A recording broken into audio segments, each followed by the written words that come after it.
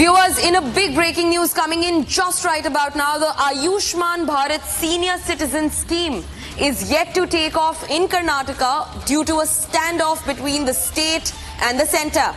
The Siddaramaiah government has argued that the union government is funding only 30 to 40% of the scheme, while the state is left to cover over 70% of the remaining costs.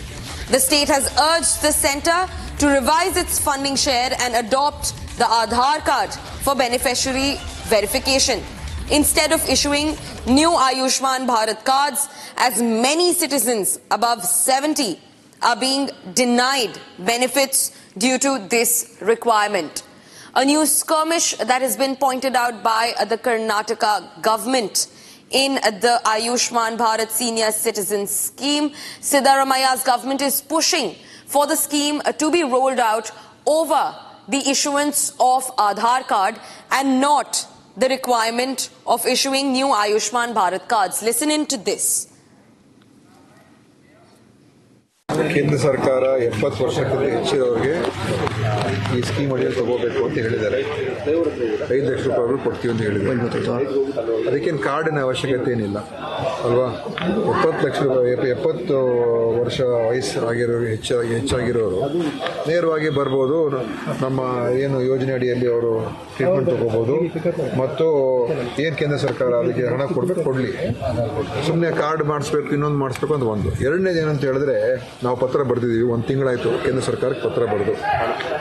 1.5 ತಿಂಗಳಾಗಿದೆ. ಇನ್ನೂ ಅದಕ್ಕೆ ನಮ್ಗೆ reply ಕೊಟ್ಟಿಲ್ಲ. ಯಾಕೆಂದರೆ ಈಗ ಆಯುಷ್ಮಾನ್ ಭಾರತ್ ಆರೋಗ್ಯ ಕರ್ನಾಟಕ ಯೋಜನೆ ಇದೆ. ಅದು ಕೇಂದ್ರ ಸರ್ಕಾರದ ಪ್ರಕಾರ 60-40 ಅಂದರೆ 60% government of India, 40% government of Karnataka. ಆದರೆ ನಮ್ಮ ರಾಜ್ಯದಲ್ಲಿ ಇಂಪ್ಲಿಮೆಂಟ್ ಆಗಿರೋ ಸ್ಕೀಮು ಹೆಂಗಿದೆ ಅಂತ ಹೇಳಿದ್ರೆ, ಅದರಲ್ಲಿ ಕೇಂದ್ರ ಸರ್ಕಾರದ ಕಾಂಟ್ರಿಬ್ಯೂಷನ್ ಬರೀ 25%, ರಾಜ್ಯ ಸರ್ಕಾರ ನಾವು ಕೊಡ್ತಾ ಇರೋದು 75%. ಆಯಿತಾ.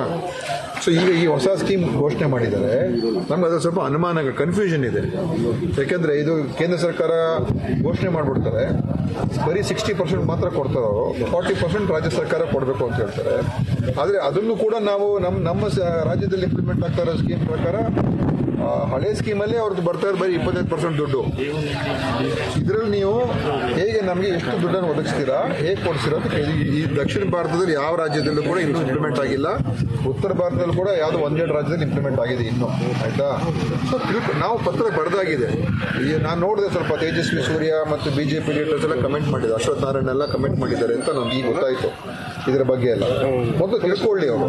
ಸೊ ನಾವು ಪತ್ರ ಬರೆದಿದ್ವಿ, ರೆಸ್ಪಾನ್ಸ್ ಬರಲಿ. ಯಾಕೆಂದ್ರೆ ನಮ್ಮಲ್ಲಿ ಈಗ ನಮ್ಮ ಸ್ಕೀಮ್ ಅಡಿಯಲ್ಲಿ 70 ವರ್ಷಕ್ಕೆ ಹೆಚ್ಚಿರೋರು, BPL ಅವರು ಯಾರ್ಯಾರು ಅವ್ರಿಗೆಲ್ರಿಗೂ ಸಿಗ್ತದೆ, ಟ್ರೀಟ್ಮೆಂಟ್ ಸಿಗ್ತಾ ಇದೆ. ಆಯಿತಾ. ಅವ್ರು ಹೇಳ್ತಾ ಇರೋದು ಎಲ್ರಿಗೂ ಕೊಡ್ತೀವಿ ಅಂತ, APL ಅವರು ಕೂಡ ಕೊಡ್ತೀವಿ ಅಂತ ಕೇಂದ್ರ ಸರ್ಕಾರ ಹೇಳಿದೆ. ಸೊ ಯಾವ ಪ್ರಮಾಣದಲ್ಲಿ ನಮಗೆ ಆ ಹಣ ಬರ್ತದೆ ಮತ್ತು ಆ ಸ್ಕೀಮ್ ಪ್ರಕಾರ ಅವರು ಎಷ್ಟು ದುಡ್ಡು ನಮ್ಗೆ ಕೊಡ್ತಾರೆ, ಅದೆಲ್ಲ ಒಂದು